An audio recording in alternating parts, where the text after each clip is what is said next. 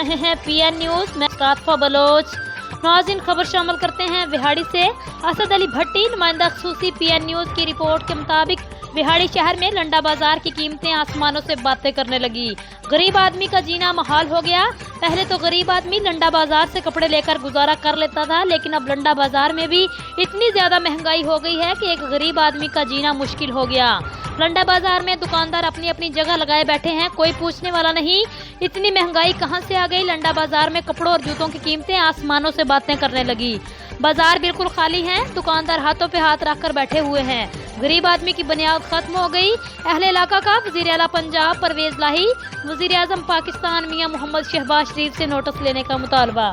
जी नाज़रीन, मजीद किसी भी खबर और उसकी अपडेट के लिए आप पीएन न्यूज के साथ रहिए।